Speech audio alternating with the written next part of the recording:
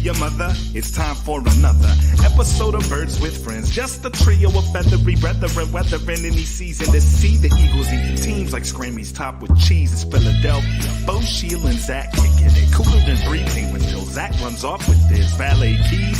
He's a real nuanced goose. Pull up a branch, get loose. It's time for some juice on some Birds with Friends. The early bird gets the worm, but prefers getting turned like a turn on some Birds with Friends. Bo, Sheil, and Zach coming at you with stats and things, flapping their wings on It's Tuesday meeting after they win by 36. Why didn't we say they ran for 350? How he was inactive, I don't give a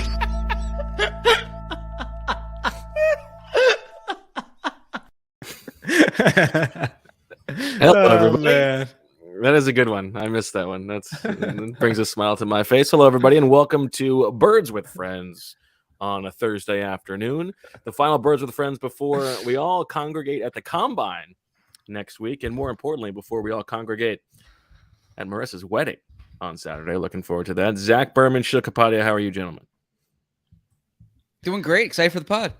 I don't understand why we always have to do this so early every year. I mean, don't we have another week to do this? It's like the minute the season ends, Bo always say, Flu World Order tomorrow, guys. Flu World Order. I mean, I got the, because they could re-sign some of these guys ahead of the next week at the Combine is when these discussions are going to be happening. You're going to see Howie Roseman at the dinner table with an agent of Jason Kroom trying to decide whether what the go away number is that we got to bring this guy back. Well, I actually disagree with you on this one because we always talk about how much time there is, right? Who talks about that? We do, like that. This February period, there's no rush. We can write about this then. Bo and I were going over story ideas. We got the Combine next week. Free agency begins 2 weeks after that. It's not as if there's this, unless you want to start doing daily pods the week after the Combine. Which we know Sheil doesn't. Yes. No. Then we really only have 1 week between the Combine and free agency to do this. So you could say we could do it during that week.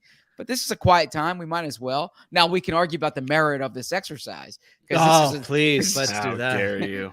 This is a challenging one. You're the defending champion on Flu World Order, Zach.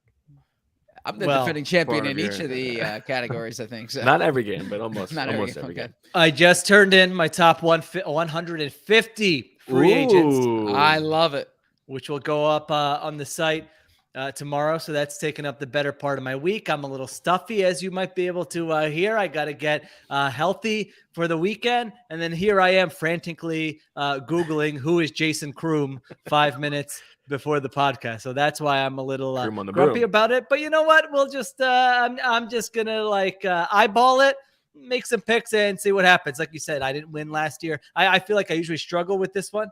And so maybe this can be my last Flu World Order. We were talking about it before you came on, Sheil. This is, I would say, as difficult a year of Flu World Order as we have had. Very, very tough sledding, I would say, in this exercise, which we will get to after our initial break. But Sheil, do you have the top 150 ahead of you so we can see if any of these Eagles appear on that list? Because I know there was only one on your initial top 75.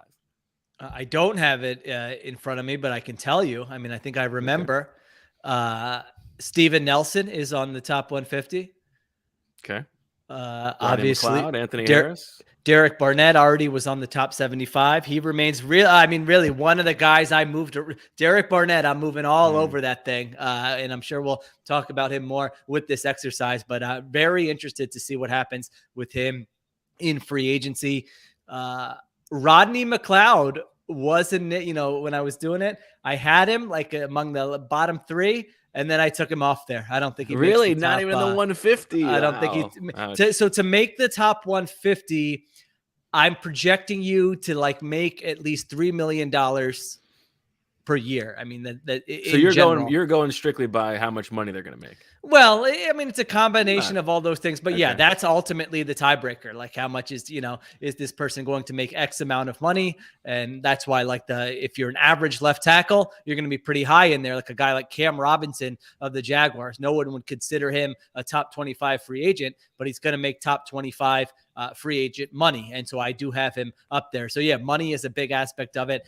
And I just didn't think Rodney McLeod, given 32 years old, I didn't think he played great last year. I thought he was okay. And he made under $2 million last year? Right, less than more than he made last year. He was coming off an injury. Yeah. I mean, he was coming off an injury and it was a lower cap, but yeah, I don't anticipate some type of like big rise in Rodney McLeod's market this offseason. Anthony Harris did make it.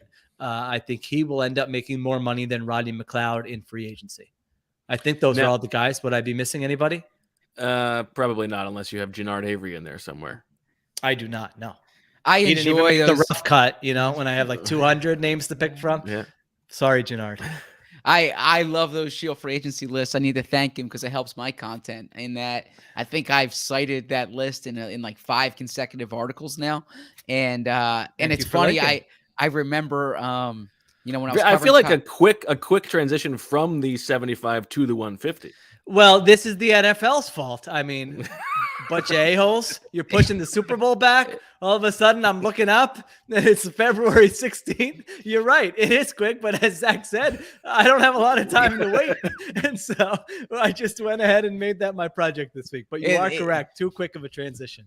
In my time covering college sports, I used to joke with the editor at the time about like my reliance on the top 25, where if a team was ranked 23 and a team was ranked 17, I'd be like, this is a big upset. The 23rd team beat the 17 team, when you realize like how arbitrary the 23 seed was at home and favored by 4 points. Like no, but my point being that you can look at Sheil's list and you're like, well, this guy's 53 and this guy's 38. So they need to sign number 38, right? No, I hate that part of it because I'm looking at it and it's like two similar players.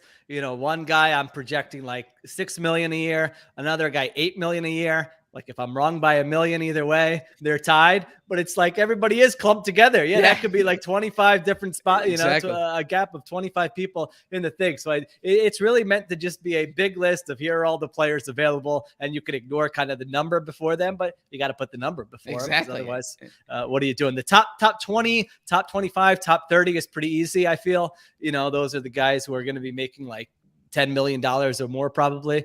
And then after that, it just gets, once you get to like between 5 million and 8 million, I mean, I'm going to be way off on a bunch of those guys, but that's part of it. And now correct me if well, I suppose we can save this for the free agency show, but this strikes me as the best safety class since 2014 in terms of the depth and the quality. I mean, I haven't ranked the safety classes over the last 7 years, so I have no idea if that's true or not. That's also instructive though, because that was like, oh my God, there are so many safeties, and only one of them, Malcolm Jenkins, turned out to be good. You've got Jairus Byrd and TJ Ward was good, but he wasn't. I mean, he was way overpaid. Yes, he was over, but like my only point one being, of those guys was worth the money. Yeah, my point being that the focus goes to. At the time, went to Jairus Ward and I'm sorry, Jairus Byrd and TJ Ward and Mike Mitchell, and you go on down the list, and the Eagles signed Malcolm Jenkins. Well, this year, obviously, there's Jesse Bates, there's Marcus Williams. You go on down the list, though, Justin Reed, Jordan Whitehead could jump out, Edmonds could jump Terrell out. Edmonds, Yes, I would say there are, I think, 3 safeties in my top 10. They got Marcus Williams, Tyrann Mathieu, and Jesse Bates. Jesse Bates could get the franchise tag. He's not in the market, Those are the guys you would say have like, high ceiling Pro Bowl. Jesse Bates is 25 years old. So that would be like a core player that teams would probably be willing to just pay at the top of the safety market. Beyond that, there are a lot of names who are sort of, competent starting caliber players. I got a smoothie delivery on Whoa! In the middle of the podcast. Oh, from home. Okay. I thought you meant like that was the delivery, the delivery person coming in. What do you got in there? I don't know. I'm guessing strawberries, bananas, blueberries, and spinach. Okay. All right. But the Terrell Edmonds, the Justin Reed, Marcus May is coming off an Achilles. So it's like that next tier, it's kind of a bunch of guys with some question marks. None of them you would say are sure things. And the safety market can be a little tricky where you don't, like one of those guys could slip and be making $2 million a year or something next year. But there are a lot of names on there. You're right. I mean, there will probably be, I don't know off the top of my head, 8 to 10 of the top 150 are probably safeties. When we get to the free agency quackatology, which I know you guys are looking forward to, when we figure out which of these 64 free agents is most likely to sign with the Eagles, I feel like Justin Reed is going to be someone that I'm pushing for. I think he makes a lot of sense for the Eagles. He's young. They were very interested, but they did a lot of work on him in the pre-draft process. Mm-hmm. I feel like that's a sort of an A to B match for them. By the way, that was a huge miss for me. In my mock draft that year, I had the Eagles taking Justin Reed, I think at number 32. That was the year after the Super Bowl. Right. And he dropped to the third round. Yeah, exactly. So although I think based on the way he's played, he's probably one of the 32 best players from that draft class. So I would have to do the. I don't know either. You're asking me a lot of questions. I don't have answers to. Sheil was going to tell us about that heralded 2017 class of free agent safeties. We have not discussed, and people are talking about it in the live chat. Sheil, big news here. What happened to the beard? I know now everyone's lamenting the beard. I mean, I had the beard. Everyone's calling me a 55-year-old. Where's my AARP card? What are you talking about? We all thought everybody here was very pro beard. I just couldn't get it. It's not over yet. I just can't get it. I don't know what to do with it. I want a nice, tight, trim beard, and I'm not sure how exactly to accomplish that. So listen, I'm ordering some different trimmers online, trying some different methods. It's the off season, so it may come back. I have a parenting question for you, Sheil.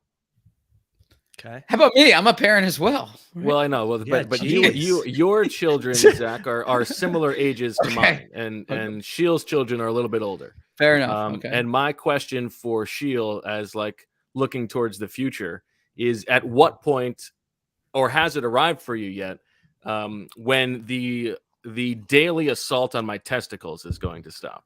Oh, well, I didn't see that one coming. Yeah, I mean, is this boy and girl assaulting the testicles, or is this more a Casey thing? No, it's both of them, and it's not just. I mean, it's mostly accidental. It's just like limbs flying all over the place. First thing I do, wake up in the morning, Casey just whacks me right in the nuts, and that's like that. There goes the next 3 hours of my day. Yeah, I'm a very. I don't. Nobody enjoys it, but I really don't enjoy that, and so I put an end to that right away. Like I'm always on defense, like I remember when they used to teach you how to set a screen in basketball, and they say protect the family jewels, when you're setting up there. And so if there's ever any situation where we're roughhousing a little bit, that type of thing, then I am making sure I protect those things. And the other thing is, when you do get hit there, you want them to know how much pain you're in, because sure that they're sweet little kids. They don't want to be inflicting that type of pain on you. So maybe I'm not so sure that's true about Jane, but okay. Well, Jane's got some anger. If they see you're in real pain, if you say, all right, daddy's gonna, daddy got hit in the pee-pee area, we gotta stop the game for 15 minutes, then maybe the next time they won't do that. Yeah, well, it's never intentional, really. It's just, like he's doing flips and he kicks me right there. Yeah. This sounds like you're putting yourself in harm's way. I mean, I think there's. I have a a kid doing flips. I'm not going anywhere near that landing spot. There's a famous story in the Wolf family of a baseball practice with my sister. Elizabeth was on. My dad was coaching their Little League baseball team. Just got the Wolf holiday card, by the way. My gosh, the accomplishments for the Wolf family are real. What a year, 2021. All right, sorry, continue. So I would guess that she was like 10 years old or something. He was throwing batting practice, and Elizabeth just rips a line drive right into the nuts, and he doubles down in pain, and then the first thing he says is like, "Pull the goddamn ball, Elizabeth." I think we've had this. We've done this. I'm getting deja vu. Have we had this conversation before? Yeah, I mean, we've done a million episodes. How many years have you been getting hit in the balls? Yeah, I think we might have covered that. Oh, yeah. That sounds familiar. 4+ years, I'd say. So okay, there you go. All right, why don't we take a little break and we'll come back on the other side with Flu World Order. What? That was it? Oh my gosh! All right. What? You got more? No, do a long break. I need to get ready. I have no idea what I'm doing. Zach, is there any Eagles news that we need to talk about? Well, Rodney McLeod is not good enough for Sheil's top 150. He is good enough for the Eagles Ed Block Courage Award. He received that. Elsewhere, I have a question. Oh, no, finish the news, and then I'll ask you another question. Yeah, really, not much going on for the Eagles. It's a quiet week, but hold on. Who was the funny Ed Block Courage Award winner that we always laughed at? Who was it? Zach, you got to know this. Who are like their last five? Who's the one where we go, how did that guy win it? Oh, Joe Walker.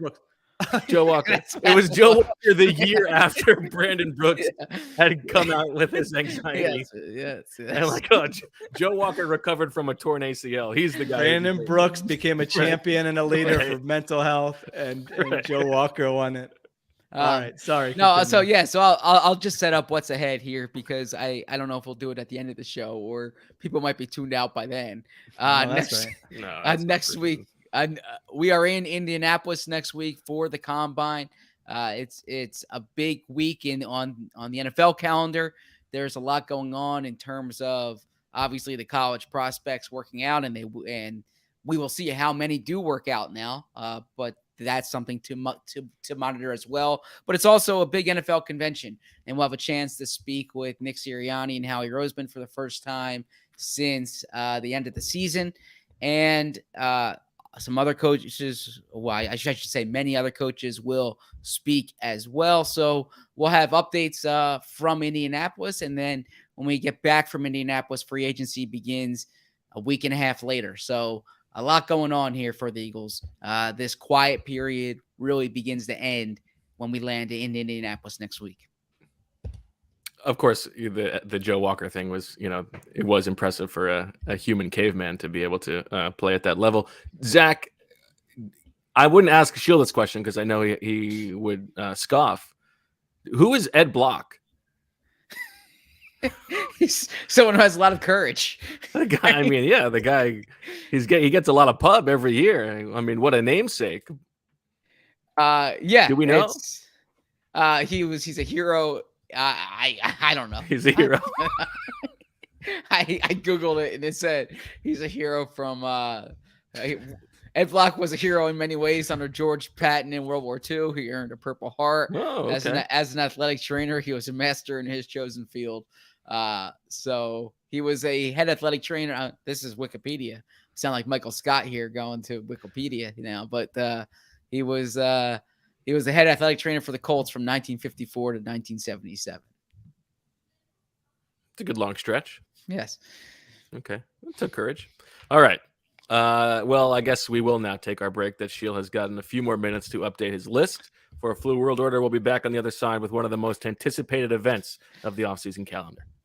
Is your company or business having a tough time hiring the people you need? I mean, let's be honest. It is a competitive market out there for employers. There are 46% more jobs being posted than before the pandemic, and there are 44% fewer candidates applying to each one. I gotta tell you, I like that they got fewer versus less correct in this ad copy. That's important. That's what makes the people at Workable so good. So you need to find the right candidates and hire them fast. Workable can help. Workable accelerates every step of your hiring process from find to hire. Workable helps you cast the widest net possible by posting your jobs to all the top job boards with just one click. It helps you evaluate and hire quickly with modern tools like video interviews and e-signatures. And beyond all that, Workable will help you automate repetitive tasks like scheduling interviews so you can spend your time on what is important, and that's making those hires, baby. Whether you're hiring for your coffee shop or your engineering team, Workable is exactly what you need to hire the right people fast. Not necessarily the right fast people, although if you are trying to hire people for a relay team, you could hire the right fast people through Workable. So start hiring today with a risk-free 15-day trial. If you hire during the trial, which many do, it won't cost a thing. Just go to workable.com to start hiring. Workable is hiring made easy. 90% of coffee from the grocery store is actually stale. You heard that right. The coffee you know and think you love needs an upgrade. If you're like me, you wake up in the morning, or maybe your wife wakes up in the morning first and just sort of loads in those pre-ground coffee beans. You just go about your day like an automaton. You're sleepwalking through. You're not even really worrying about the quality of the bean, but it doesn't have to be that way. Instead of rebuying the same old, let Trade Coffee send you something freshly roasted that you're literally guaranteed to love. Trade sells the freshest roasted and ethically sourced beans from America's best independent roasters. They ship free to you as often as you like, whole or ground. Whether you are a coffee nerd or just want a better daily cup, Trade's real coffee experts taste test over 400 roasts and use technology to match you to your ideal coffee based on your preferences and brewing method. Take the coffee quiz to get started. Trade Coffee guarantees you'll love your first bag, or they will replace it for free. Trade has been featured by the New York Times, Wired, GQ, and has delivered over 5 million bags of coffee. Their subscription is no hassle. Skip shipments, change your frequency, or cancel any time. And for our listeners right now, Trade Coffee is offering a total of $20 off your first 3 bags when you go to drinktrade.com/BWF. To get started, take their quiz at drinktrade.com/BWF and start your journey to the perfect cup. That's drinktrade.com/BWF for $20 off your first 3 bags. All right. Back on Birds with Friends, getting ready for Flu World Order. Now, the rules of this game. And just to be clear, you're gonna have to re-explain these for every single guy, basically, because I get confused easily. But go ahead and give the instructions at the top. This is a complicated game, Flu World Order. So we have really? Wow, unusual. We have 20 players here, and before we get going, Sheil. You were not on yet when we had this conversation. Should Jalen Hurts be included in this game as a potential trade candidate? I mean, I think the answer I have is who cares? Just tell me and I'll move forward. Not at this moment. No. Because moment, what does that mean? I mean, this moment is we don't the offseason. The whole point of this game is to predict how the offseason. I mean, the answer is that's an if then, but that's an if then. Right? Like, they are not going to actively trade Jalen Hurts. Okay. They would have to fire someone and then trade Jalen Hurts. I'll step in, even though I don't care. He's got to be in. I mean, if there's if there's chances of a guy being traded, you put him in. I mean, you can say in your thing that you think there's no chance he's going to be traded. But if, some of these other guys, like you have the trade candidates, Fletcher Cox, is it like, would you put it at a significantly higher percentage? Well, you don't have to tell me.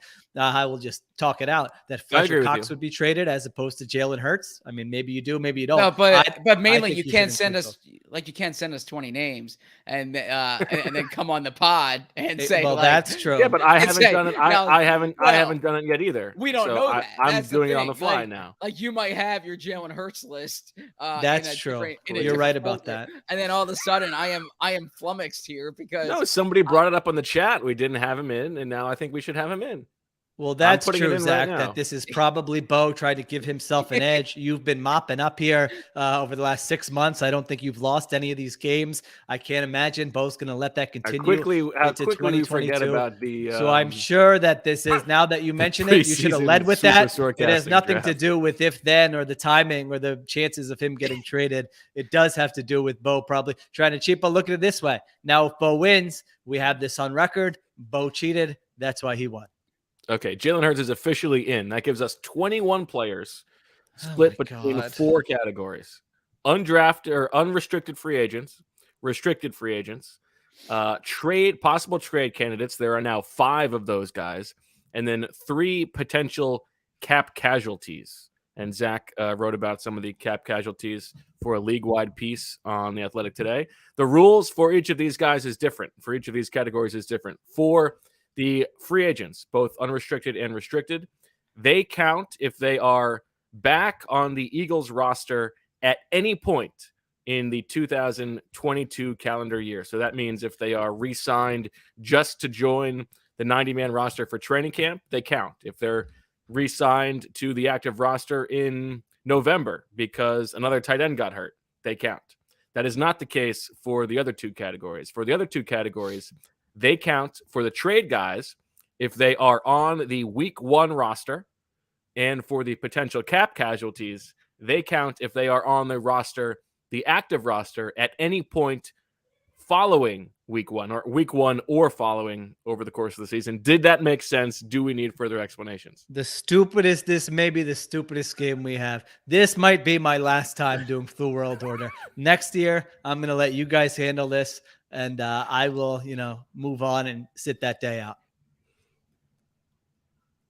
Okay. And so there are 21 players. You rank them in order from 1 to 21 of the likelihood you think that they will be back with the Eagles. 1 being the player you think is definitely going to be back, 21 being the player you definitely don't think is going to be back. Past dead last people in my mind include Caleb Sturgis following the 2017 season. This is not necessary. And I think once Jason Peters in a year that he then came back when Brandon Brooks got hurt. So every year I lose this game because of Richard Rodgers. That's the game we're playing, right? That is correct. And Zach still won despite me winning the Richard Rodgers sweepstakes of this game. I think this is as difficult a year as we have had. I feel like a lot of these guys will not be back, but there are like almost any of them could be back. So it'll be difficult. And of course, Richard Rodgers is not eligible for this list because he signed a contract extension with the Eagles. He's on the cap casualty list. He's on the list. Bo sent us. That's right. Okay, sorry about that. All right. So Bo and I was the least prepared for this. No. How am I more prepared than Zach? I'm sorry. So I did this list last night, and then Bo and I have a separate thing, a stay or go column that's coming out in The Athletic tomorrow. Oh, see, I could have used that in preparing for this. Yeah, you should have published that this morning. So that is that's just unrestricted free agents and the RFAs. So Richard Rodgers is not on that list. But yes, Richard Rodgers is in the Excel document in front of me. I apologize for that. That's okay. All right. I think, should we start with the trade guys or with the free agents? I mean, I literally just have a list in front of me, and I'm going to be picking numbers out of a hat. So you tell me. How do we go in order? Let's start with the guys currently on the roster. I mean, we're playing honor system here. But I'm literally going to guess as I look at them. All right, let's talk about the guys who are currently on the roster first. So let's start with the trade candidates. I'll go alphabetical order on those guys, starting with Fletcher Cox, the defensive tackle, who was asked, he said during the season, we knew during the season there were some trade conversations. He said after the year he expects to be back. His contract is such that if they're going to trade him, it would have to be a post-June 1 trade. It's a pretty onerous contract. He is not the same player that he once was. I have him at number 1. Me too. I do not think they're going to trade him. As do I. Yes. Wow. Number one. And if they, I think the June 1st distinction is important because you're not going to get draft compensation if you did trade for him just because of the timing of that. So therefore, well, you wouldn't get you would get it for 2023, right? Yes, yeah, it'll be 2023 draft compensation if he did that. So, so I think he's going to be back, and I think he should be back. I think give him another year to see if he can play. Well, we'll see if he can play at the Pro Bowl caliber level he's had in his previous seasons. To me, it's just the contract and the compensation you would get back don't add up. Otherwise, I would say if he was tradable, I would say go ahead and trade him and see what you can get for him. He's certainly a declining player, but I don't know.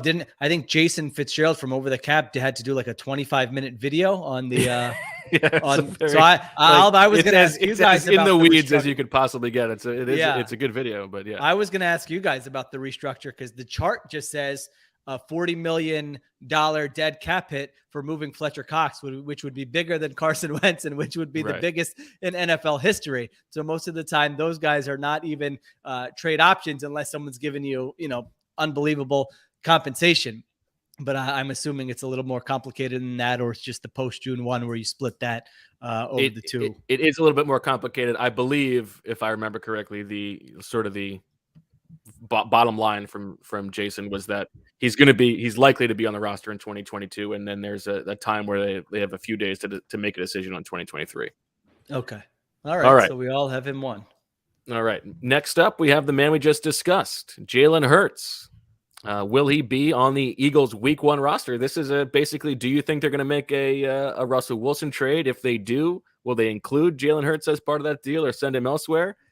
I can go first. I have Jalen Hurts as number 3 on my list. I have him at 2. I have him at 4.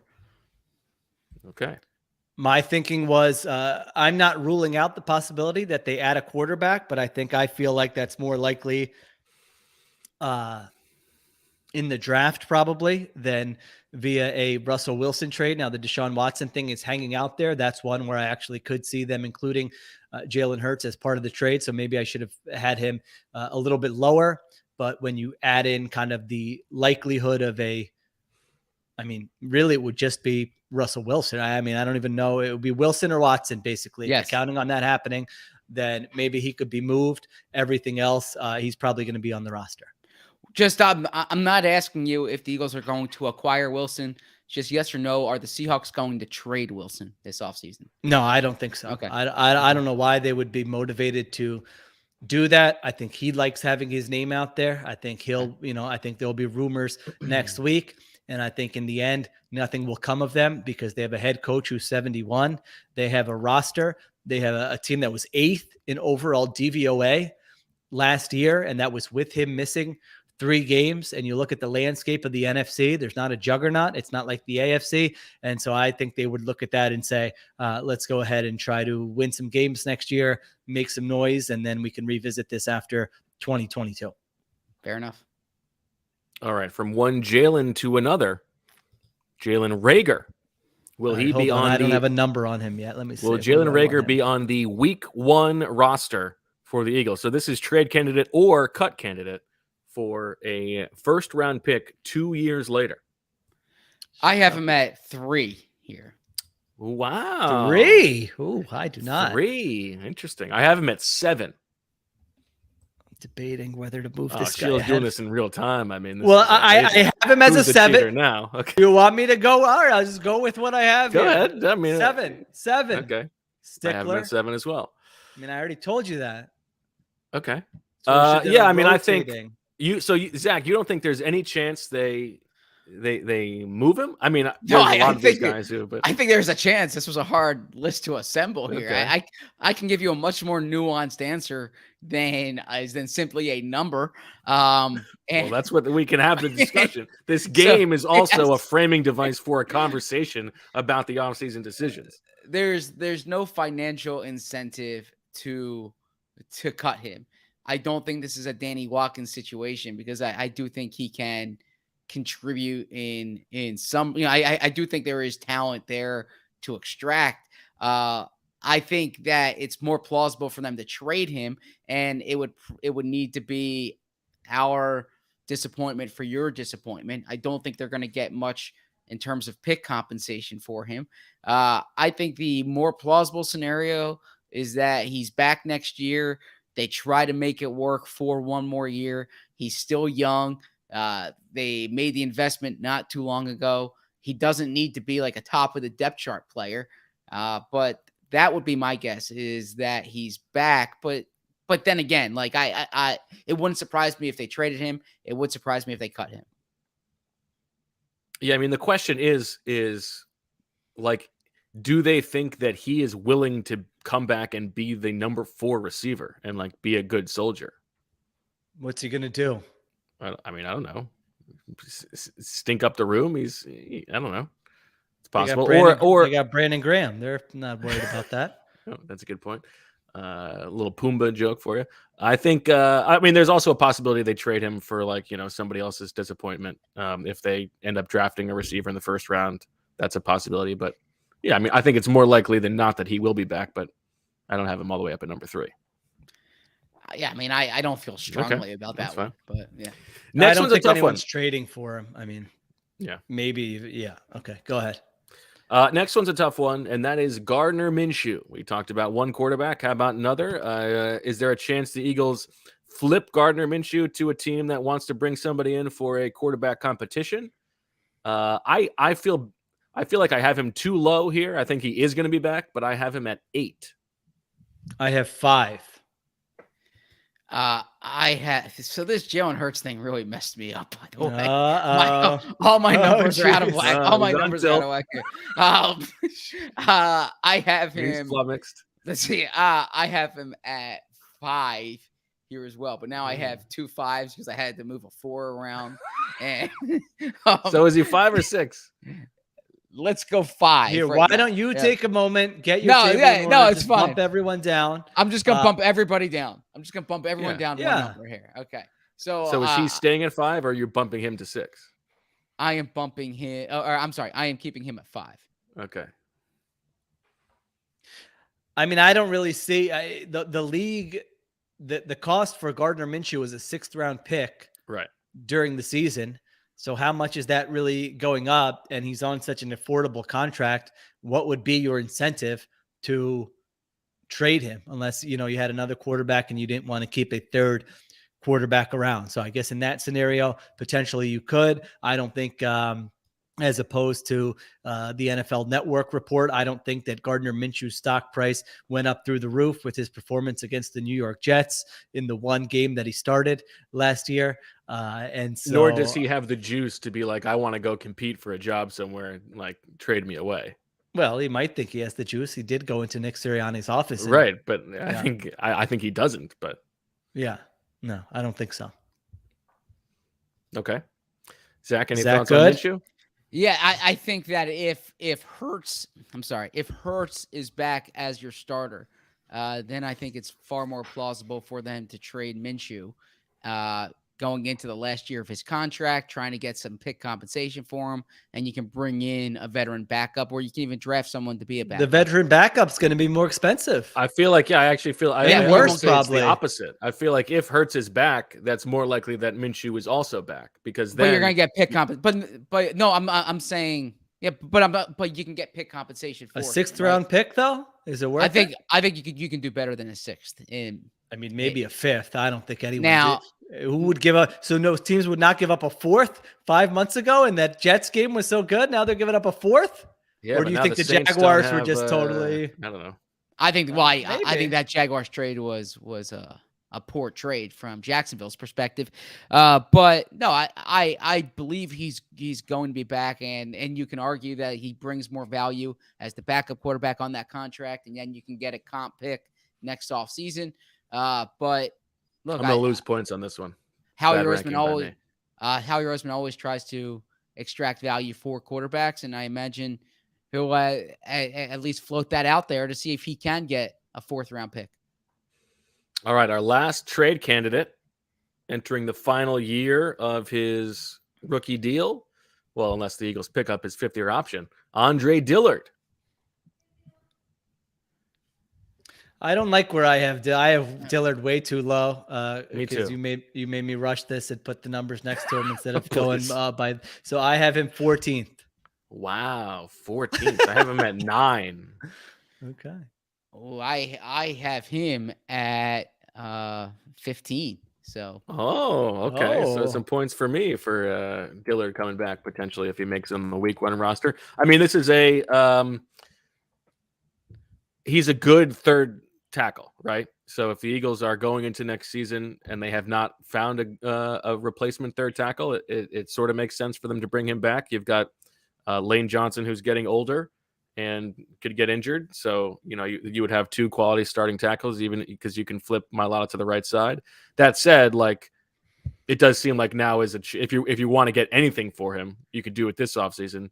My sense on Dillard is if something happens, it'll be after the draft, right? Teams aren't going to trade for him before the draft, but if they come out of the draft and haven't been able to address finding a starting tackle, then maybe they make a move to try to pry Dillard away.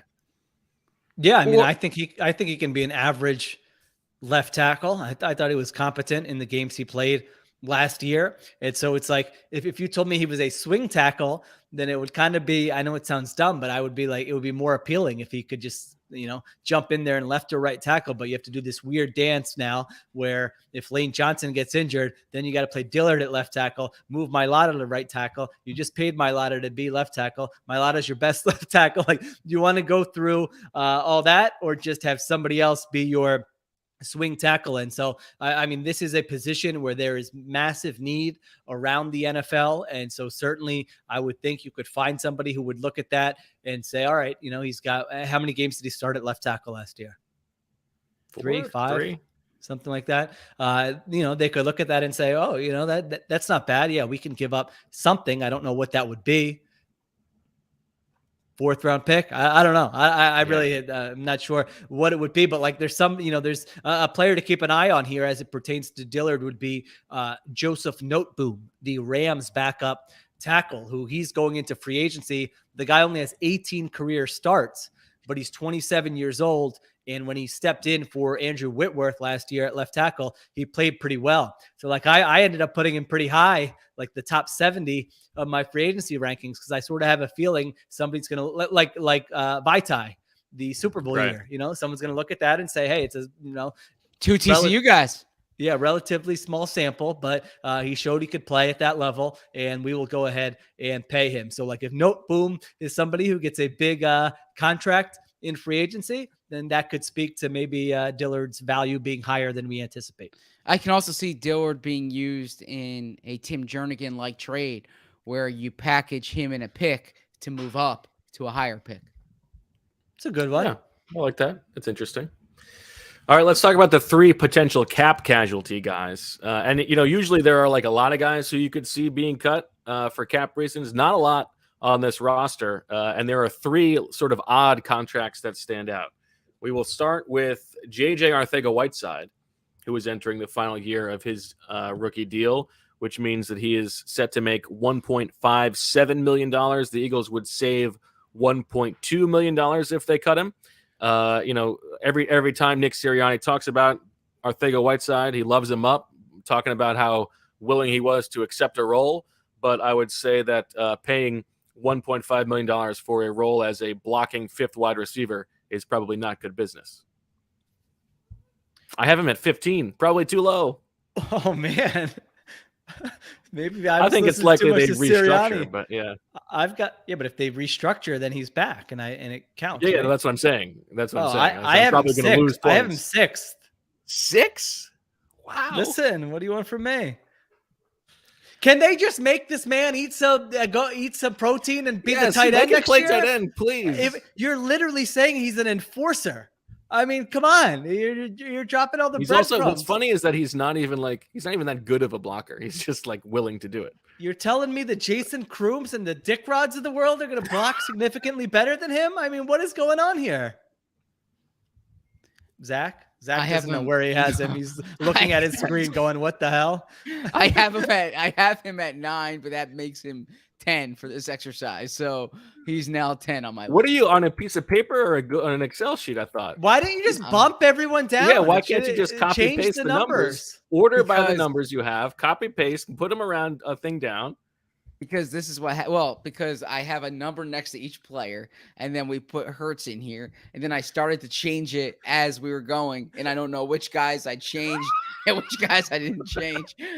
So I mean, I literally started this exercise when we started the podcast. I did this. I have a number next to everybody. I put him at 3, and I copy pasted everybody and bumped him down. I was focused on the show at the time. I wasn't focused on the No, you're not. So yeah, I have JJ at 10, and I think they can't bring him back at this number, but I think I think it is a reasonable thing to believe that they could restructure him. Can't bring him back at this number. You're going to pay $1.6 million for a special teamer? Come on. It's not my money. Let's be adults here.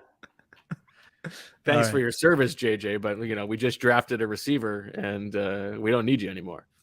Okay, I would say maybe the weirdest contract on the roster at the moment right now, LaRaven Clark, who was brought up from the practice squad and signed to like a 1-year extension that must have been some kind of weird cap purposes, because right now he is due $1.2 million next year, and the Eagles can save $1.1 million by whacking him. I have him at 17. Oh my God. Wait till you see where I have him. I'm like 4. I mean, that's exactly where I have him. I mean, I had He has to be on the roster. He has to make the roster. At some point, he has to be on the roster next year, right? Yeah, it's true. All right. So what you need? Well, if you think you're trading Dillard, then maybe LaRaven Clark is your swing tackle. He was on the roster this year. Can he be the swing tackle? Who's going to be the swing tackle? But he wasn't on the roster until like December. Why'd they extend him? I don't know. I think that's what I'm saying. Is it must have been a weird cap thing. LaRaven, you're my new favorite player. Wow. 4? Wow, good for you. Zach has no idea where he has him. I have him at 9. Okay. Yeah, I feel like he said 9 for the last 3 guys. I haven't. He hasn't had any 9s yet.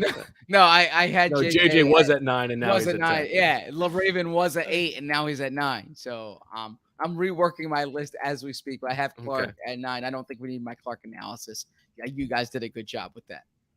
Okay. And I would say a trenchant comment from the chat that Sheil not knowing about these fringe guys adds a nice level layer to the game. I think Also, it's true. It's chaotic. Yeah, and also I was thinking, I mean, Stoutland must have liked him, right? If they brought him in, they're not bringing in just anybody. What are you talking? I mean, it was probably Sirianni liked him. They brought him in from Indy.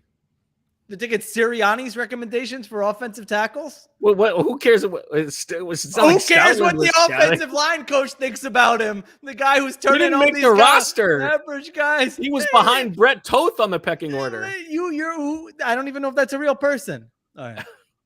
All right, our last cap casualty. We cannot do Flu World Order without including Dick Rod. Dick Rod, who has a completely unguaranteed $895,000 contract for next season. I have him at 16. I have him at 12. I'm not going to get burned by him again. I have him at 19. If they bring back Richard Rodgers next season with a full offseason to address tight end, that's every year. What do you mean? Yeah, I mean he's definitely coming back. I mean by the end of next year, Tyree Jackson's going to be back in this. Oh gosh, is he in the Hall of Fame yet, Tyree Jackson? They're going to draft a tight end this year. So I mean, yeah, it would if Richard Rodgers is on the team, that would surprise me. But who knows? We'll see. Wait, so this is not about if he's on the roster at any point. Week 13, somebody gets injured.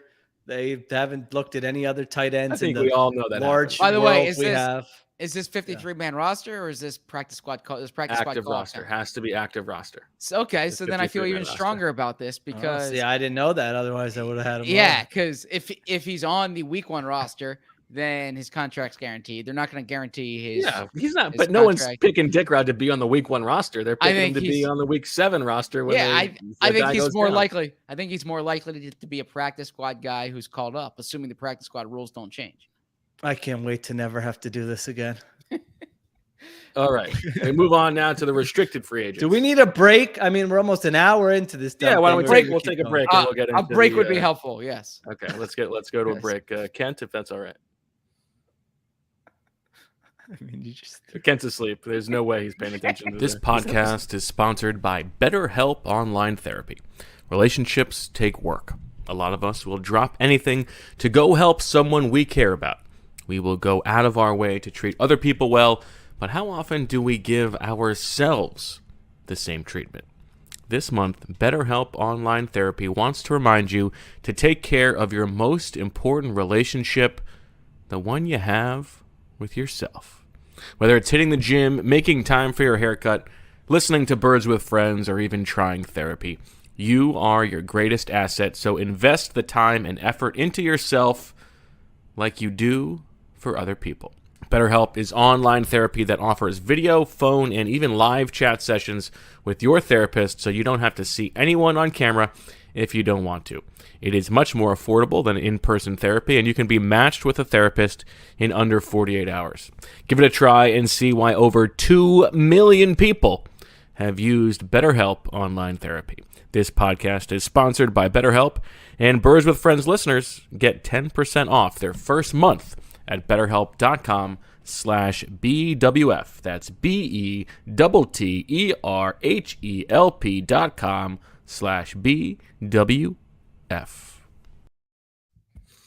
All right, back on Birds with Friends. We move now to the free agents, the in-house free agents. We will start with the restricted free agents.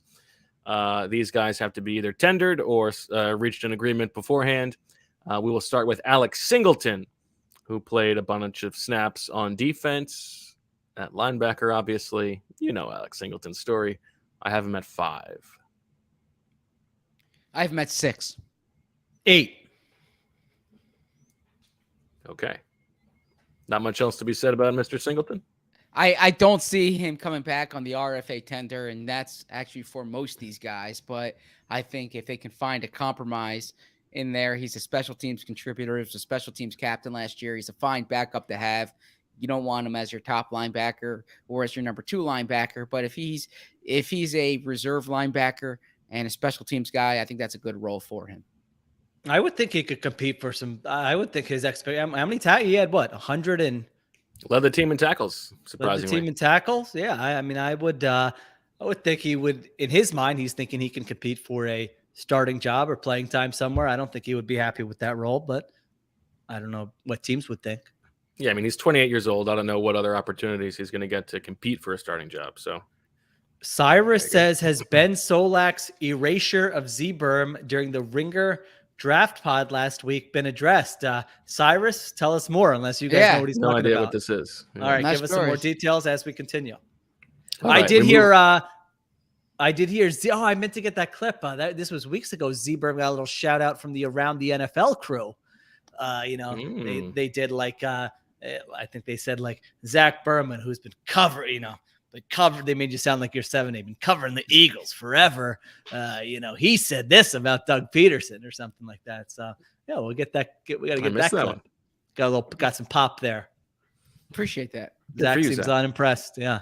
I appreciate it. Zach wrote a book. He doesn't need these. I know. Zach's like, I can have lunch with Peter King anytime I want to. You think I'm impressed with the little Around the NFL? All right. Boston Scott Bosco, who has been a member of this game in the past, is once again back for another go-round. Will the Eagles make a big move at running back? I have him at 4. I have him at 9. 7. This is Zach, that he needs to be on the roster Sheil. at some point next year? Is that? Yeah, so if he is on the training camp roster, he counts. Yeah. Okay. All right. Yeah, I expect. I mean, it's not crazy. I feel like there's a good chance they let him hit the market, and maybe the Giants come in over the top trying to pull a move of if you can't beat him, join him. But I think the Eagles wouldn't mind having him back to compete for a job. Okay, so Cyrus says that Ben Solak shouted out BWF for water gun to your head, and then shouted out Bo and Sheil, but no ZB. That's fine. What do you mean that's fine? Well, somebody else says water gun me. to my head predates Zach, but Zach's part of the stable now. So did he stop listening? Zach, when was your first BWF episode? 2019, July 2019. Okay. Actually, it was July 15th, 2019. Oh my, you sicko. That was my first date. Was published, or we recorded it ahead of time? Didn't we record it a couple days ahead of time? Remember correctly? No, we recorded it on my first day at the Athletic. 2 days ahead of time. When would we ever do that? That'd be the dumbest thing I've ever. Why would we do that? Because lots of things can change. Oh, okay. So it was an announcement pod. All right. So either Ben Solak has a rivalry with Z-Berm that is unbeknownst to Z-Berm. Big fan of Ben's. Yeah. Either he made a simple mistake and just forgot a name. Let's be honest, seems pretty unlikely. I mean, the 3 squares are here every time. Or I think this may be the most likely. He stopped listening maybe he just liked the Super Bowl season pop. And he got a little too big and he thought he was too good for Birds with Friends and stopped listening. So we'll certainly get to the bottom of that one. Or maybe he's trying to start a beef. Maybe there is no beef yet, that. but he's trying to, he's trying to get himself a little bit of, a little pop. Yeah. Get himself involved in a tiff with Zach. All of it raises both of their profiles. It's the off season. Now would be now's the time. If you're thinking of starting a beef with somebody, now is the time to do it. Yeah, I'm looking in the comments now. I think Ryan has a good. I don't mind him not mentioning me, but Marissa is the glue to the show. So if you're mentioning Birds with Friends, and for him to take a shot at Marissa in this month, when she's getting married, I think is a bridge too far. I think we have to hold him accountable for that. Seems like a reason for ZB to pop back, if you ask me. I know I enjoy Ben. I enjoy Ben's work and his commentary, and especially I'm sure we'll see him at the combine and we get to the bottom of this. Maybe this is the only podcast that has ever asked him where he is on the Kinsey scale, as far as I understand. Well, so I think you need to do a little more work to find out if that's true or not. I don't know that would be true. All right, we'll get to that. So that's on our to-do list. Combine next week. We'll get to the bottom of this beef. That will be our running theme through every podcast. Okay, I'll hold you to that. Greg Ward. A lot of receivers on this list. Now back to this very exciting, stupid exercise. As Bo tried to bring it right back in. We had some juice with the Solak Seaver beef. And now on to Greg. We got to get through all these guys. All right, I have Greg Ward 13. Is Greg Ward under contract? No, he's a restricted free agent. We're in the restricted category here. I have Greg Ward 13 as well, and I had him lower on this, and then and as I was shuffling here, I thought maybe I should go higher. I don't think he's going to be back. I think he can find better opportunity elsewhere. He was demoted last season. They like Quez Watkins out of the slot, but and they're certainly not going to give him the tender. But I imagine that if he doesn't have options elsewhere, they can bring him back. And worst case scenario, he can be a punt returner who catches the ball and a special teams guy for you. Better than they have. Sheil, did you have 13 or 15 just for my accounting purposes? I had 13. Now, Pistol brings up a good point. He said, can we get Solak on the show, maybe at the combine? Now, if we're going to do that, I would ask the audience, no one tell Solak about what we're just talking about so that we can just bring him on and then boom, nail it. Maybe we bring the clip out, old school style, and we see what he has to say. What do you think? Should we try for that? I feel like it's no. I mean, obviously, I love that idea. I just thought I hope that we're able to. Yeah, I mean, there are the millions and millions of listeners. It's unlikely that it's not going to get back to Solak at some point. That's true. All right, well, we'll do our best. So if you hear this, don't tweet at him. Don't mention anything. Let's see if we can, make that unfollow him. Better yet, maybe a viral moment, at the combine. Next week, John Horn says ZB gonna go full Juwan Howard on Solak. Yeah, I want Zach's take here. That's right. I don't have Juwan Howard's reach, so I don't know. Yeah, but I think, but you might compare it to Solak. Oh God. All right, who's next? I have him at 6. I have Greg Ward at 6. 6? Really? You did what? Why? Because all it takes is for him to be back on the training camp roster. It's for the restricted. Why would he be on the training camp rules roster of the game? I don't know. Like at any point in the season, like you think he's going to go somewhere else, not make the roster, and then not find his way back to the Eagles at some point? Come on. You know, a stealth team to watch for him? A stealth team to watch is Jacksonville. Doug Peterson loved him some Greg Ward. That's true. I like that little culture setter. Yes. Who are the other? Are there any other Eagles who could, former Eagles who could go down there and be kind of the get the Doug P. Jason Peters, Darren Sproles. We'll get to the unrestricted free agents on this roster later. But Darren Sproles. Yeah, Darren Sproles and Jason Peters. That's going to be their first move is signing Darren Sproles. The first Doug Peterson's first thing when he looks at the roster is he's gonna flip out that somebody has the number 87. He says, "No, nobody wears 87 as long as I'm the coach of this goddamn football team."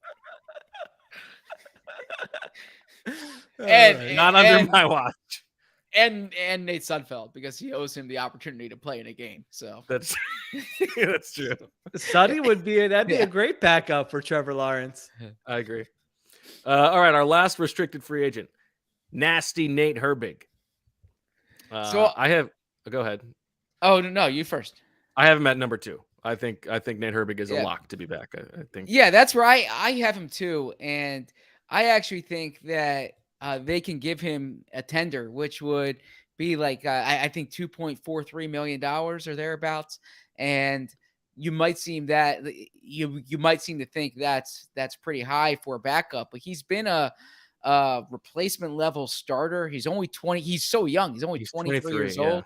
Yeah, so he's someone who I would ensure that he's back. He's got a baby face. Oh, okay. I didn't know what you meant by that. I have him at number 3. Yeah, I think there's almost no chance that he's not back, basically. He's someone, by the way. Wait. He's someone real quick who like the new media rules, or it doesn't help him out, because you talk to this guy by his locker, and he's kind of funny. He has like a sense of humor. They put him up on the podium sometimes, and he is like shell shocked whenever he's up there. He wants no part of it. Yeah. Yes, exactly. Feel bad. Yeah. Well, all right, we move on to the unrestricted free agents now. Anthony Harris, who is in Sheil's top 150. Probably like around number 126-ish. I think he's top 100. Sounds right. I think he's definitely between 100 and 150. Okay. I have him at number 10. I have him at number 11. I have him at number 11 too. I don't anticipate him returning, but they can do worse than him. But let's go right to Rodney McLeod so we can just talk about the safeties. I have Rodney McLeod at number 10, one spot ahead of Anthony Harris. I have McLeod at 8. I have McLeod at 11. Oh, you have Harris as more likely to return than McLeod. Well, I mean, McLeod is more likely to be the guy you could get for, the minimum. That's true. But I mean, I think Marcus Epps. Omar.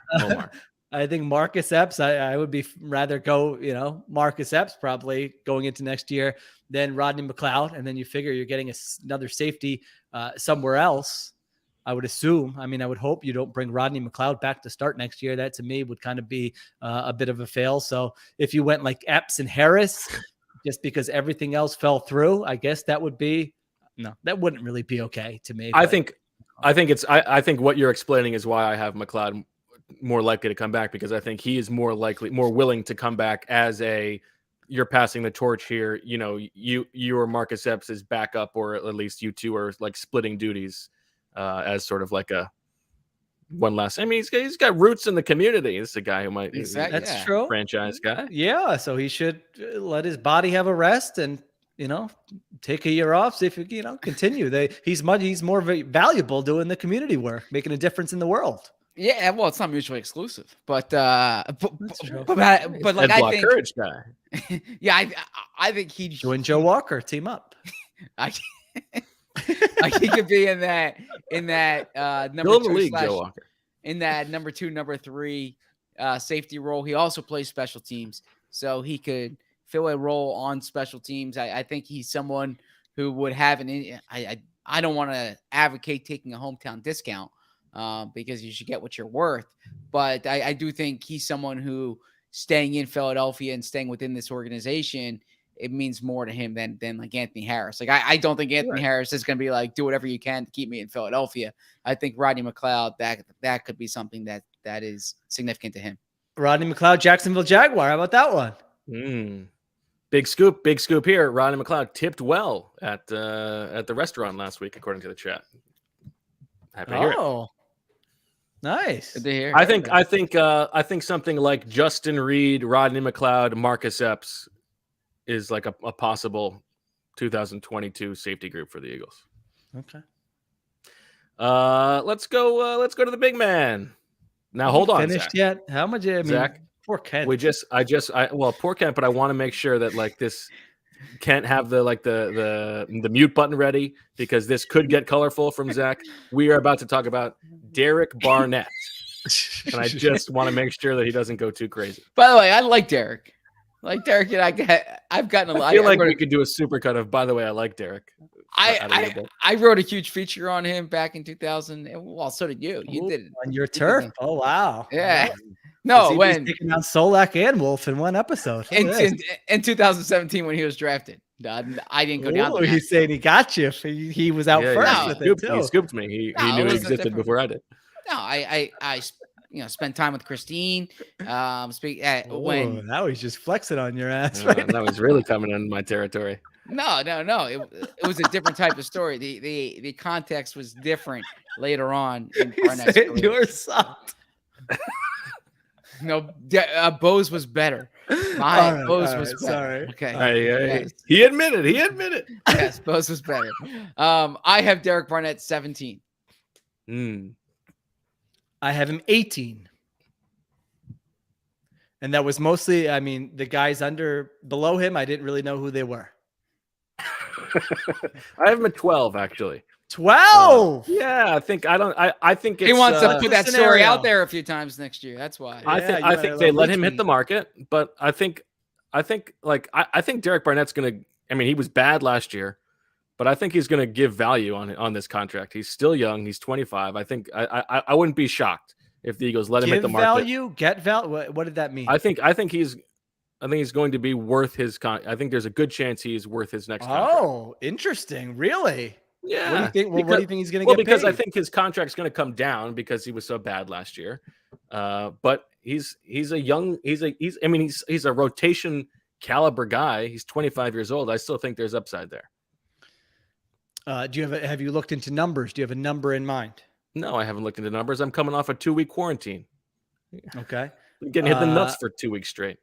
Okay. Just looking at it, like in my list, whenever there was a defensive end who had started basically and was young, I just bumped him up. Because if you just go to like over the caps list of edge rushers, it's like $9 million. Everybody's getting paid $9 million. Yeah, I liked Shaq Lawson a couple of years ago as a free agent, and he's been on like 2 teams since then. So maybe I'm not right. Romeo Okwara got $12 million last year. Now he was coming off of a big season, but if you looked at like their bodies of work over 4 or 5 seasons, it wasn't that different than Derek Barnett. I don't know. Again, I had trouble with it. I would think between 9 and 12 million would probably be what he gets, but I guess there is a scenario. I'd probably let him go. But go ahead. Yeah. Where if he doesn't get that, then he says, all right, let me just sign a 1-year deal. I'm young enough. I didn't have a good year last year. But I don't know, is this where would he want to sign the 1-year deal in Philadelphia where, he didn't have a great year, or would he want to go to a different scheme? I don't know. He's been here for 5 years. He has 21 and a half sacks. Okay. He's played at least 60% of the snaps in the past 4 seasons. And you like him. I do like him. They have Josh Sweat on one side. Brandon Graham's going to be back next year. Right. He's going to see fewer snaps if he were to come back. Yeah, I expect the Eagles to spend a first-round pick on a defensive end as long as they have one. So I don't know if this is the best opportunity for him on a 1-year deal, frankly. Yeah. I think this could be like Nelson Aguilar, where a change of scenery, he has talent, but a change of scenery is best for both sides. Similar to Nelson Aguilar, his worst, or he descended, or I shouldn't say descended. He regressed during that 5th year. And so I just think I think if another team signs him in the right situation, he'll do what Nelson did in Las Vegas, where he'll put up numbers, he'll rejuvenate him, he'll rebuild his value, and he'll get paid next offseason. He frankly might even get paid this offseason. Bill Belichick to overpay him. But I don't think it should happen here, and I don't think it will happen here. Yeah, I think you make a good point. It's harder to see it from the Eagles' perspective than Barnett's perspective. Well, it's harder to see it from both. But yeah, if you're the Eagles, like how low does that number have to get to where you say, yeah, let's bring him back after he had 2.5 sacks and 3 roughing the passer penalties last year. We can't do better than this. Let's pay him $6 million. Is that, I don't know. I don't know. It seems fine. Okay. And I think he's also lost some of his champions in the building too. Right? Like Jim Schwartz really liked him. Joe Tennessee. Douglas really liked him. Jets. Yeah. Yeah. So something to keep in mind.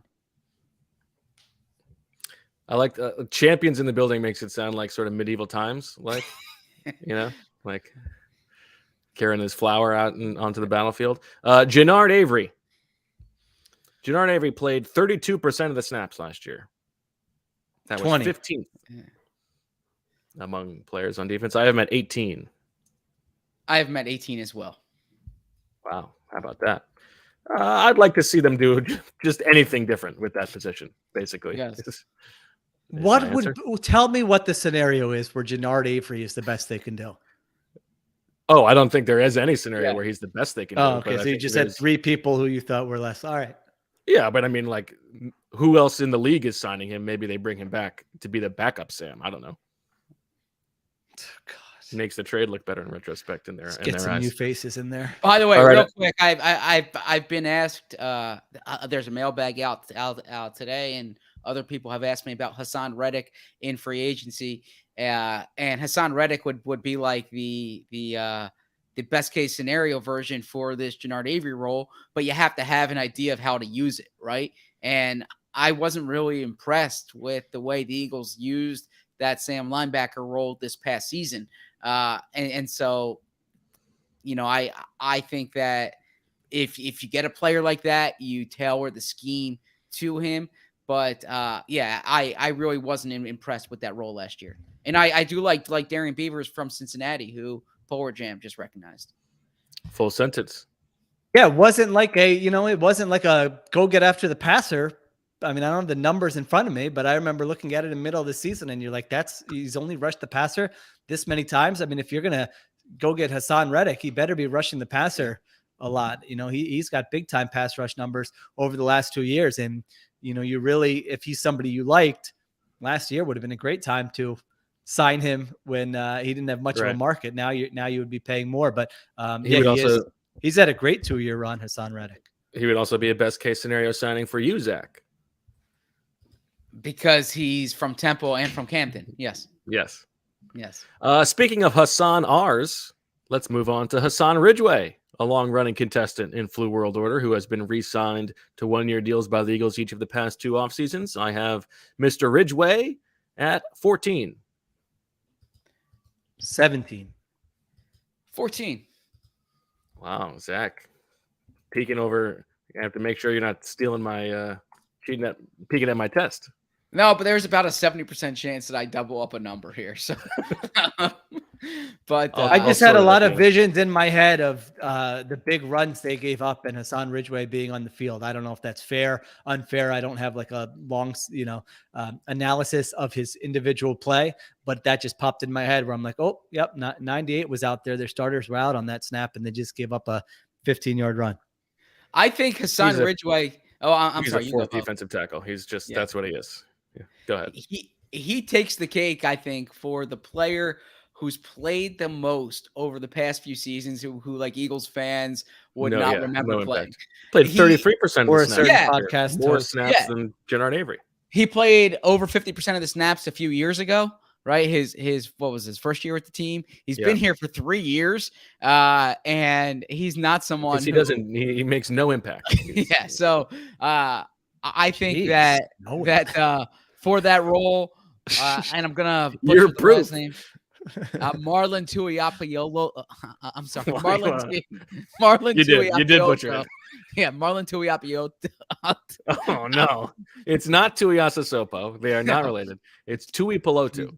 Marlon Tuipulotu would be a good 4th defensive end or someone they draft this year, but not Hassan Ridgeway. Jannard Avery rushed the passer a total of 77 times last year in 16 games, an average of fewer than 5 pass rush opportunities per game. So I don't know what in the world they want from that position. I guess we'll find out maybe this offseason. All right. This is the moment that Sheil has been waiting for. Jason Kroom. Jason Kroom, where do you have Jason Kroom? 19, assuming he's a real person. I have number 20. Yes. Zach again. Wow. 3 in a row. We're the exact same on. And I imagine our 21's probably the same as well. So I would imagine so. Yes. Jason Kroom, of course, appears in that Derek Barnett story that you slandered earlier. Jordan Howard. Where do you have Jordan Howard? No Jason Kroom analysis, by the way. Probably. I have him 16. No, I don't think we need Kroom analysis. I have him way too low. Also, I'm gonna lose this game, and Dennis can quote this on my Jordan Howard ranking. I have him at 19. I have him too low. Also, I have him at 16, but I have him as a stay in our stay or go. So it's probably not consistent. Yeah, I don't think that aligns, CP. You gotta change one or the other. You have him as one of the his numbers are all concocted. Yeah. So most likely players to be off the roster. Well, no, because I think that they're going to have him. I think they're going to have him at training. I can see him in training camp next year, and then I can see but him that counts then, right? Yeah, it counts. Camp counts, not the 50. Okay, all right. Well, for this game, it counts. Yeah, it's okay. In the the Hurts thing. Okay. Yeah. So I don't think that affected his. Well, that's actually no, because I had him at 14 on my original list, and so then there was some moving around. So how did he move down 2? Because I juggled a few things as we were discussing. Oh here. man. See, this is what you can't be doing when the bullets are live. You know, it's you got to set your draft board. You can't be making changes in the middle of the draft weekend. I set my draft board. You don't go to the draft and then all of a sudden they tell you there's a new prospect that you need to consider in the first round. Well, Sometimes kind they of. do. I mean, a video could surface of a guy doing a bong rip or something. Yeah. I mean, there's all sorts of things. Yeah, no, I'm okay taking It was a so guy. exciting. Best draft moment of the last 10 years. It's much easier to take a guy off your board than to add someone onto your board, right? It's like for them, it would be like them saying all of a sudden, by the way, Bryce Young is available in this year's draft. And then teams are, everything's. I like a Bryce Young. Yeah. So for Jordan Howard, he's from Philadelphia. He was born in Philadelphia. Yes. All right. Let's move on. Are we done yet? Jordan Howard's averaged 4.5 yards per carry for the Eagles in his career. He's been a consistent producer for them. Negative 2 yards per carry for every other team. That's what it feels like. Yeah. So they probably will bring him back. I can't believe I have him so low. That was dumb. The grass is not greener for Jordan Howard. Steven Nelson. Did you just change mics or something? You sound so much better all of a sudden. Who? No. Me? Bo. Oh, Me? I don't know. Don't you hear that? Maybe it's just closer to it. All right, Steven Nelson. I have Steven Nelson 15th. I should probably change my Jordan Howard and Steven Nelson rankings. I have Steven Nelson 12. It's probably a little too high. I have him 13. Okay. Steven Nelson's a serviceable cornerback. And he was signed as a Band-Aid solution last year. I think that's what he provided, and I think he can probably find a better contract somewhere else. The Eagles like their young cornerbacks, and I think if they don't trade their draft picks for a quarterback, I think cornerback is the number 2 most likely position for them to draft in the first round. Interesting. I'm not so sure I agree with that, but that's edge rusher than corner. Okay. Yeah, I think corner is they don't need depth in their minds, at least, because they have all those young guys they added during the season, but they need a starting caliber corner opposite Darius Slay. I think maybe they would like that guy to come in the draft. If that guy doesn't come in the first 2 rounds, then I think there's a realistic path to bringing back Steven Nelson after the draft like they did last year. All right, we close it out. My number 21 player, and it looks like, according to this, your number 21 player for both of you as well. The man who is and probably played himself out of the Eagles' price range, given his dominant performance in the playoffs. That is Ryan Kerrigan. Correct. Yeah, I don't anticipate them bringing Ryan Kerrigan back. That did not work out this year. I don't think it's going to work out next year either. I'm curious if he would be in the league next year. He certainly still has a name, and his making him like a Solak.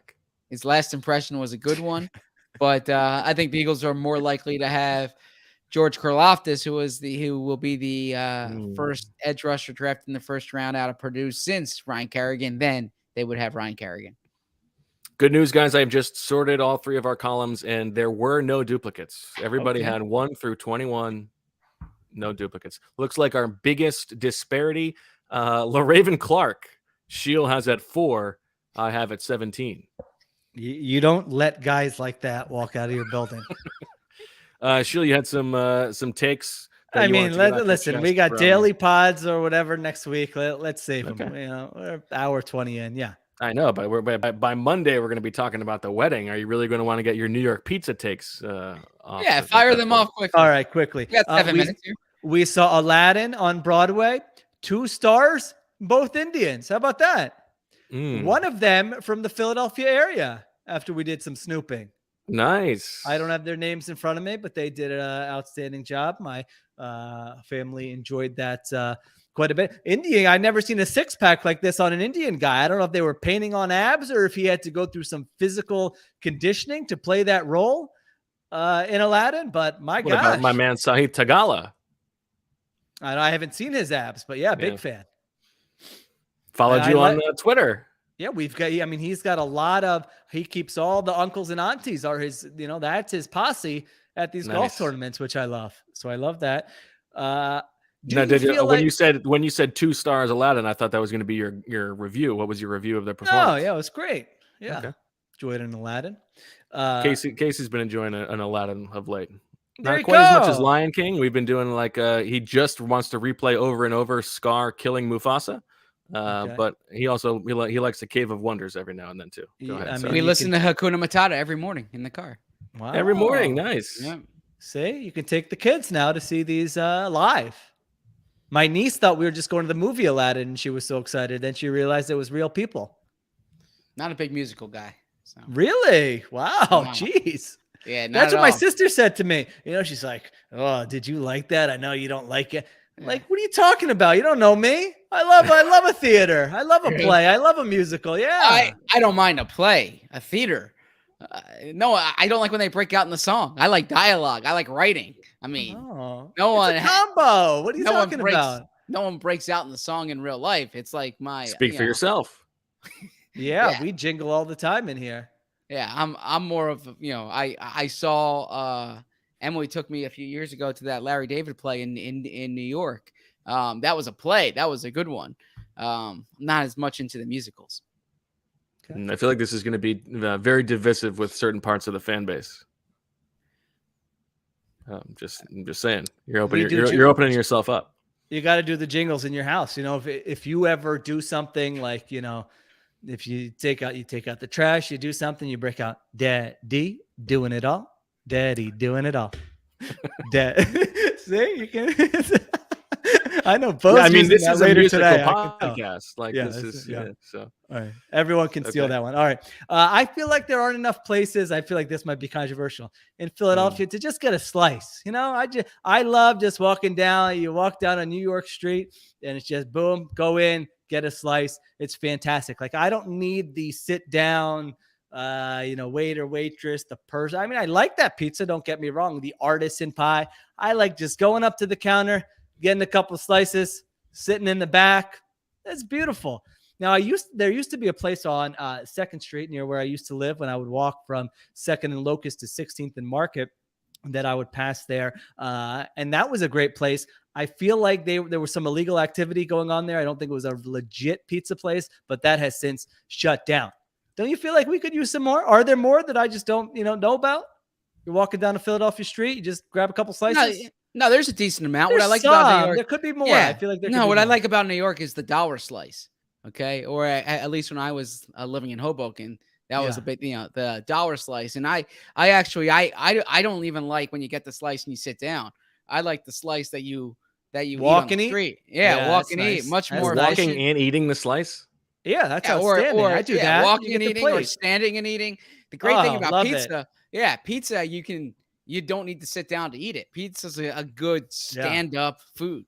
I think that I would agree. Zach, you're right. Absolutely. Grabbing a slice, walking into the student union at NYU, onion oil from the slice dripping all over his shirt, down the chin. What's up, guys? Hello. What time is class? That's the great thing about these pizza shops is you don't need to go to the student union because you don't need to find a quick bite anywhere else. You can just go to the pizza shop. I like places where you can get something quick and easy to eat and sufficient. That's what pizza is. The dollar slice, you can't beat it. I do. This is a bit of like a New York trope. Like it's great that they have pizza, but I love the ubiquity of getting it a slice of pizza. So I don't disagree. We were trying to search for where was Bo Wolf's old neighborhood in his 2 different runs in New York City, right? Could have just asked.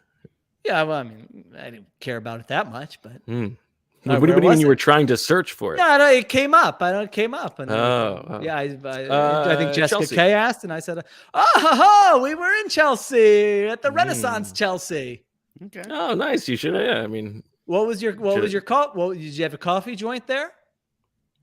there were a couple. There were like, did you go to? I don't know. There were like 6 within like 2 blocks. Yeah. Where did you stay? None of them I thought were the Renaissance. The Renaissance. Yeah, I don't know where that is. Oh, in my head at least. I don't know. 25th between 6th and 7th. I do know where that is. A little bit further. I used to go to that movie theater on 23rd Street, the Chelsea movie theater. That's my childhood movie theater. The Papaya. Oh, so was Chelsea when you were a kid, or Chelsea when you were a grown up, or both? Oh, a Chelsea man. All right. Yeah, that was my childhood movie theater. Right across. There used to be a Discovery Zone across the street. I remember seeing Office Space there with my dad. Great time. So my cable in Hoboken, you'd have free movie Tuesdays, and Tuesday was the day off when I was covering the Giants. So I would go see a free movie either at the Clearview in Hoboken or the Chelsea, because you can take the PATH train right there. It drops you off a block away. There you go. All right. What else I got here? Oh, I was thinking about so what place are the Cavs in right now, ZP? They were in the top. They were in 3. First, right? Yeah. Right. Yeah, they were in first. I think the Heat overtook them for first, but they're up there. They're a good squad. I was thinking after the wedding, Marissa and Michael Dunn need to be like that couple at the Cavs games. You know, they've got a long offseason ahead of them. The Cavs can hook them up with good tickets. They sit there, they get on the Jumbotron, Cleveland Browns, offensive lineman, Michael Dunn. They should go all in on the Cavs. I don't feel like the Cavs probably have a lot of, well-known celebrity fans that they're able to do that with. What do you think about that? Always a good idea. Yeah, sounds like a great idea. Should take advantage of that. Yeah. Okay. Neither of you like that idea. All right. And then I had a call with the hotel we're staying at in Indianapolis earlier. You called ahead? No, because I changed my flight because we don't because I don't need to be there an extra day, and so I wanted to change my hotel reservation for one fewer night, but like they wouldn't let me do it. And not only that, the woman was like mocking me. I'm like, yeah, I want to check out a day early. I couldn't do it online. Are you able to do it over the phone? I was getting an error. You do know it's Combine week next week, don't you? Yeah, no, yeah, I'm aware. I'm aware of that. That's why I'm coming in. And she's like, the reason giving you an error is because we're -6 right now. Like, what does -6 mean? I don't know what -6 means. And she like starts laughing. Like, well, I'm supposed to know what -6 means. And she's like, I guess it means they're like overbooked. Like they have more. And she's like, so you would need to cancel your reservation and then rebook a new reservation. But then your rate goes. Yeah, no. But then she's like, but you probably won't be able to get a room because we're -6. And I'm like, oh, you know what you got. And I you got to check in on Monday and then let them know. Tuesday morning. By the way, I'm leaving Thursday. Yeah, I'm with Bo. That's the key. Yeah, that's what I'm going to do. I didn't know. You got to get the room. You got to squat. Yes. Yeah. So I said, you can't just. Why can't you just take the last night off the reservation? She starts laughing at me. Like it's the craziest thing anyone's ever suggested. So so then I'm like, all right, whatever. So yes, when I check in, I will just tell when they say you're here with us until Friday, I will say no, I would actually like to be here with you until Thursday. If we get the same woman, I mean, I'm going to be way out of luck because she was just totally, she couldn't believe anyone was even asking for this crazy request to cancel a night off the reservation during Combine week, God forbid. There's going to be good hotel talk next week because I'll say this. I think we're all going to, based on what I've read about the hotel, we're going to be happy with the hotel. It's new. It's clean. Zach is doing voluminous research on the hotel. But Bo is going to be unhappy about the desk situation. Oh, maybe. Bo is going to be unhappy. Bo have to do with the Combine? What does he have to write every day? Oh, my gosh. All right. Well, I did Google what was near the last thing. Sorry, Kent. I did Google last thing with the hotel, what was near it. And I saw there was a Whole Foods, like literally a block away or 2 blocks away. And I was thinking, if I went to Whole Foods to, do a little salad bar for lunch, do you think that would be the one place where I wouldn't run into a single person from the NFL? Oh, no, I disagree. There'll be people there, Yeah. Okay. Yeah, I do. Bo and I saw Joe Philbin having a burrito or something last time. Remember Bo in the mall? Oh yeah, that's right, in the mall. I forgot about that. I remembered seeing Bruce Arians walking the street aimlessly, like worried for his health. Yeah, but he didn't know where I he forgot was. about the Philbin. Yeah, That explains there. Yeah. If you ever want to see Andy Reid, just pop into the Steak and Shake. All right. Really? Okay. Oh yeah. we have one final thing, Sheil and Kent. I think I can play this myself, but you might want to do it. What is and this is from a listener. We're following up on something that has been brought to your attention many times, and this has been sent to us. Oops. I don't know I'm how sorry, to pronounce it, but this is Ian Park, former Philadelphia Eagle, and you might know me as the Halo guy from a couple years ago. But for me and Ski Bro, happy belated New Year, and may this be the year that you finally experience Lil Zay and Knockout Ned, and what I'm told is an amazing movie called City of God. So happy New Year, brother, and appreciate you. Wait, who is that? That's Ian Park, former Eagle. Ian Park. Hair's a lot different. It's gotten the hairstyle Ian Park, since then. an Ian Park cameo. Well, I think Ski Bro, you got to listen to every minute of every pod. I said I was in the middle of City of God, and I finished City of God. So it's off the list. You can stop harassing me. Very good movie. I haven't done a lot of research, so I don't know like everything about City of God. But I did. I don't know if I would say I enjoyed it. I mean, like 7,000 people were shot during the 2.5 hours of that movie. I believe for Classics for Sheil, I was asking for more lighthearted, a little more joyous, but that's okay. It was recommended by a lot of people, and you're right. It kept my attention the whole time. That was the big thing. Will it pass the 20-minute test? Where 20 minutes in, I'm looking at my phone, going, "I'm not watching the rest of this." It did do that. And so it was entertaining throughout, and I finally watched it. So you can finally you can stop bothering me. A little preposterous for there to be such movie talk, and we've got Kent not even on I the know, screen. Kent. He hosts his own movie podcast. Kent probably could give a nice review of City of God. Got to watch Coda next. And Cameo. We got to get ourselves on Cameo. I have seen Coda. I'll recommend that. Okay. Double down.